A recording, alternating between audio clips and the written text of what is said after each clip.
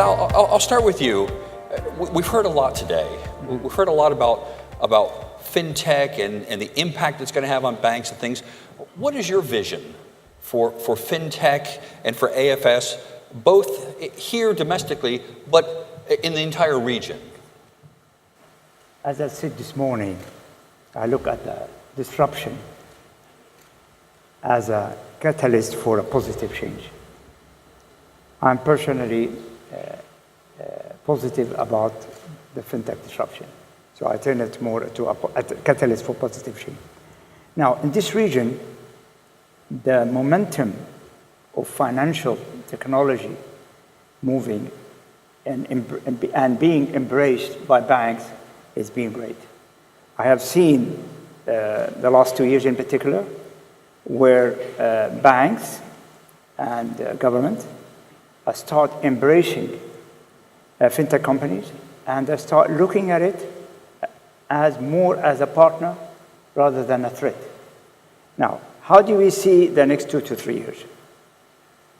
I see more collaboration, as I said, and I see that the way forward, the agenda for the technology and fintech will be dictated by the consumer, by the customer.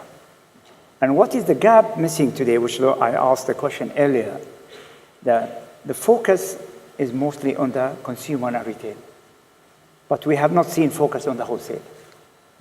What I like to see personally, and my prediction as a banker and technologist, I like to see more fintech influencing the wholesale, like the cash management, the trade, and this is where I feel there will be more impact on that area. Because everybody now is spending millions of dollars or billions of dollars in the consumer. Mm-hmm. Very few investments invested on the wholesale. AFS today have launched many initiatives, and I'm sure Chandra will speak about it today, basically to help banks to become truly fintech enablers. I find it interesting, the parallel between that and all of the activity we have in fintech around payments and the replacement of currency. Because if you look at a nation, the physical representation of money, banknotes and coins, only represents between 4 to 6% of the total money supply. So I think the next wave of innovation is, what do we do with the other 95%? What are we doing there? And that's the wholesale bank. That's all these other components.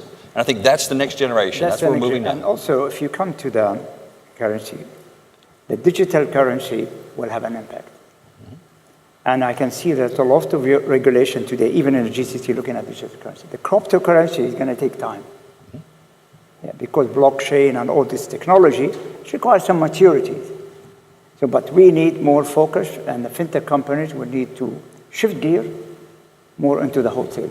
And I will see that happening in a couple of years. So it's about building not just trust with customers, but confidence in the market. Correct. And I think that will kind of propel things. Correct. Chandra, could you tell us, what has AFS done since the last conference? In fact, it was 28th of March that we were in this very room, and we were telling banks that time, there's a tsunami coming of fintech, but with a partner like AFS, you can navigate the tsunami well. We are talking about whitewater rafting today. Again, I'm telling, by the next year, the conference, we will build the boat, we will give the oars, work with us, and we will take you through the next journey of fintech. The last 1 year has been exceptionally busy for AFS. We have launched many firsts in the market. In fact, today, we have the first ever cloud-based wallet solution, which was not there a year back. It's already running on Amazon, our MEA Wallet program. And there's a slide at the back which shows how AFS can become the fintech enabler and what are the challenges banks faced with fintech. And this is the exact problem that we solved in the last 1 year. We today, with our wallet, we also launched the first electronic Know Your Customer ever in the Gulf. The central bank was very supportive. We actually do a WhatsApp video call to verify the customer's existence. And it is the first account in Bahrain or a wallet which is opened without any physical documents which need to be submitted. It's all through your iPhone or Samsung. You scan the documents, you send it to us. And again, a year back, this did not exist. With the wallet, we also launched the first domestic P2P, person-to-person or peer-to-peer money transfer in Bahrain. Again, today, if two MEA wallet customers are sitting across the table, they can send money to each other in seconds.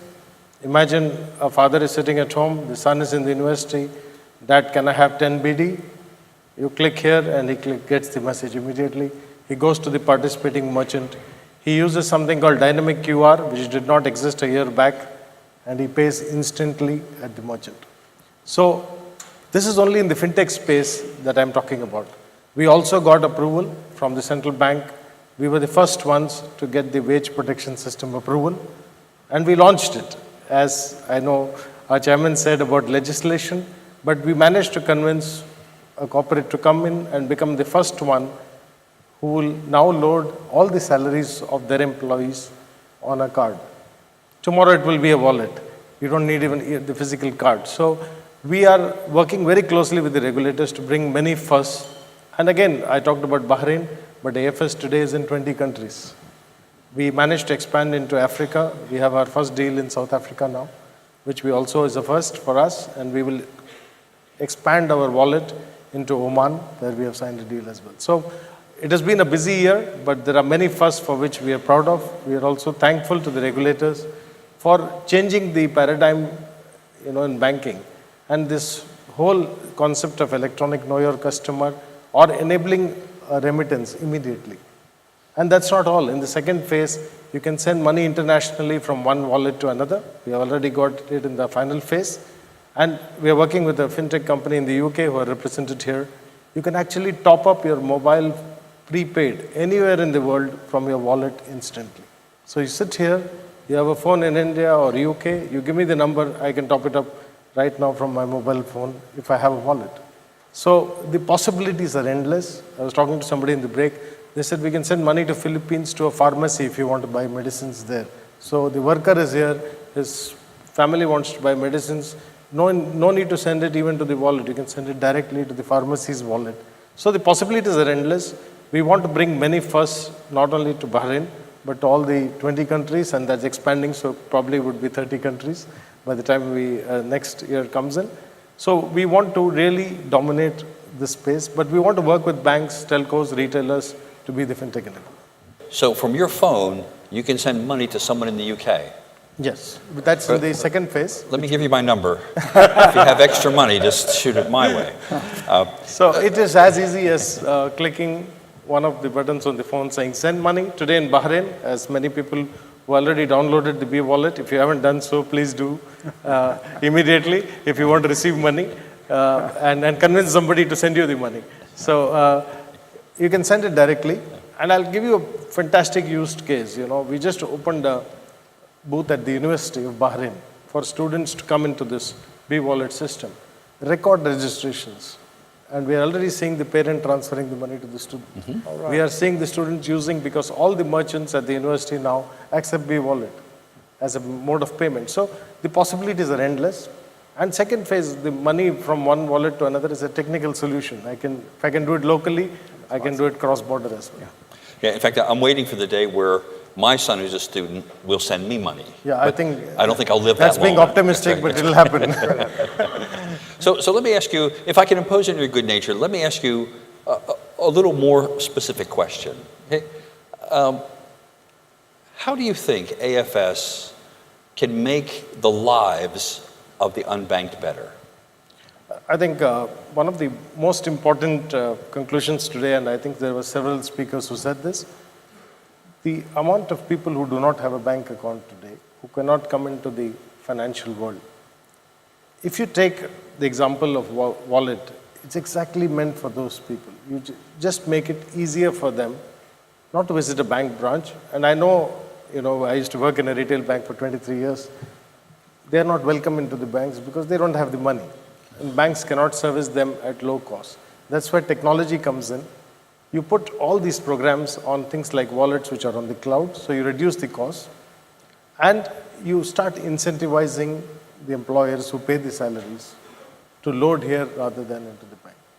Secondly, I think once you're in the what we would call the financial inclusion, you've been included a whole host of benefits, and I can talk to you for hours on how subsidies can be paid to this card, how grants can be paid to this card, how if you want a fuel subsidy for a particular segment which earns an income below X, that subsidy can be easily loaded on the card electronically. Then Chandra, we're doing also a program, a students program, where we'll be able to pay the university fees as well.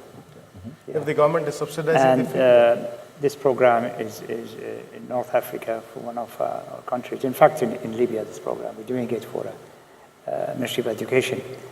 And we're rolling out to the students first, and then the second phase will be able to pay the fees, university fees, in behalf of the students.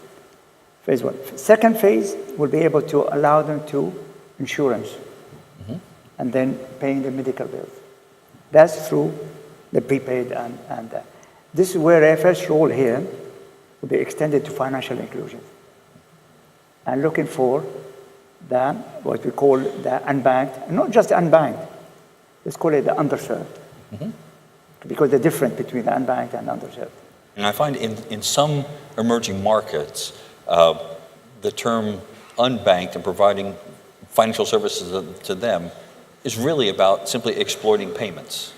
It really doesn't teach them or help them acquire wealth over time, manage their money, making savings, things like that. And I think here in the Middle East, we have a different interpretation of that. Let me tell you the program. Sorry to interrupt you. That's okay. The program for the student program, you can define the type of spending. For example, if you transfer $1,000 for a student, say, in Egypt, you can lock in, say, $200 to buy his books, $500 for his food, and $300 for his accommodation. And that is what we call the AI, artificial intelligence, built in the wallet where the students actually controlled. And that is where this is steps we're going for. So when you have 1,000 students, they receive the salary day one, they don't go and just spend it. Go to a big party and then find the next day they don't have a. So we're saying block them, segment the spending. Yeah, I find students amazingly clever when it comes to money. When my son was in university, I gave him a credit card, and the credit card was simply to buy books. And then I noticed one month he spent over $800 on books. And I realized you must be a good student. Because clever student. What happened was his roommate worked in the bookstore, and they were taking the money to go to the pub. All right. So never underestimate the cleverness the students have. I'd like to be able to limit what they can spend to $10 a day. That's about it. In fact, the other thing I would like to add to that, when you bring people into the financial inclusion, and speaker mentioned earlier about insurance, then you can actually insure these people because you have credible data of how much they earn and for a very small premium. And we just set up a 40-seater call center in Oman for a bank, only to sell critical illness cover, personal accident cover. And it becomes so easy once they're in the system. You tie up with an insurance company and you can sell spot-on insurance for people. And getting them into the insurance cover is so important. If you're a worker in the Gulf, and I think all of us know that, they are covered and their families are covered with money in case anything was to happen to the worker. So you have to get them into the financial inclusion, and you have to ensure that benefits like insurance, and I can give you several other things which can be cross-sold to these people, which is why it's important to get them into the system. And that's the role we can play. We can play both roles of creating the ecosystem with the insurance company. So do you think ultimately we'll link behavior to insurance? And the whole role of big data, analytics, I can sell you the insurance you want. For example, certain people say, okay, sell me travel insurance, I'm traveling, I can target it at you. Some others would say, no, I don't want travel insurance, but I'm looking at, as somebody said, insurance for the son to drive your car for the hour can be done. As long as you have mined the data, you have collected it, and you have stored it efficiently, and you have an engine to manage it. And that also we bring to the table. We have a very sophisticated card analytics software which we use, and we can do predictive modeling. We can even tell you it's the 21st of the month, you're most likely to buy this today, based on your past behavior. It's a behavior. Yeah. So in the future, if you sold me car insurance and the car is now being monitored, if I drive over the speed limit, it'll just increase my insurance instead of giving me a ticket. In fact, I'll tell you two things which are scary but true, which is coming with Visa. They have the first car which will automatically direct you to a fuel pump. If your fuel is not enough, it'll charge your wallet automatically. And if you exceed it, God knows, if you're connected to the traffic, probably will debit you immediately on your wallet. So we have to be careful if governments get in with the fines, etc., which are preloaded on your as penalties. That can happen also. But the good news is, I think with artificial intelligence, your life will become easier. Yeah. You don't need to remember so many things because there are prompts. And I'll tell you, even I was reading somewhere, your refrigerator will tell you you're out of bread. So it will send an email to the supermarket who will deliver to you, and your account is debited automatically. You don't need to remember to buy bread even, It reminds you every week. Yeah, I saw a demonstration of a new refrigerator. So as you take things out, if it's empty, you scan the barcode on the refrigerator and it places the order for you. And I thought, well, that makes me redundant because that's the role that I play in our house, is to go buy things and I get messages. I think lives will be easier. It's all about data and the storage of it and the analytics. Yeah, but I think it will, in my family, it will erode my value proposition to my wife. So that's what I worry about the most. Yes. Sael, we've heard today from a lot of people about collaboration in this whole fintech arena. What do you see on the horizon as far as collaboration for both Bank ABC and for AFS? As I said this morning, that banks have the capital, have the resources, have the strong infrastructure, and they have the compliance and risk. AFS as a fintech company, they have a capital, but it's not as big as Bank ABC capital. They don't have the strong risk management. Yeah? They don't have the layer infrastructure. We collaborate together because I'm using AFS as my fintech provider here. Yeah. So there is a total collaboration, arm's length collaboration. It's not like owners, total arm's length, SLAs, skills transfer, milestones, and that's allow AFS to give similar services to other banks through collaboration with other banks. Total arm's length relationship. And do you see happening across the region the establishment of sort of a network of value where fintech partners and banks are collaborating in this ecosystem, to facilitate, the economies in the GCC in a different way? Banks cannot innovate at the same speed as fintech companies. So I really see a strong collaboration between fintech companies who are innovate and technology driven. If you look at the type of skills and the people we hire in AFS, completely different skills set than banking. Completely. We hired recently someone he was working in Uber.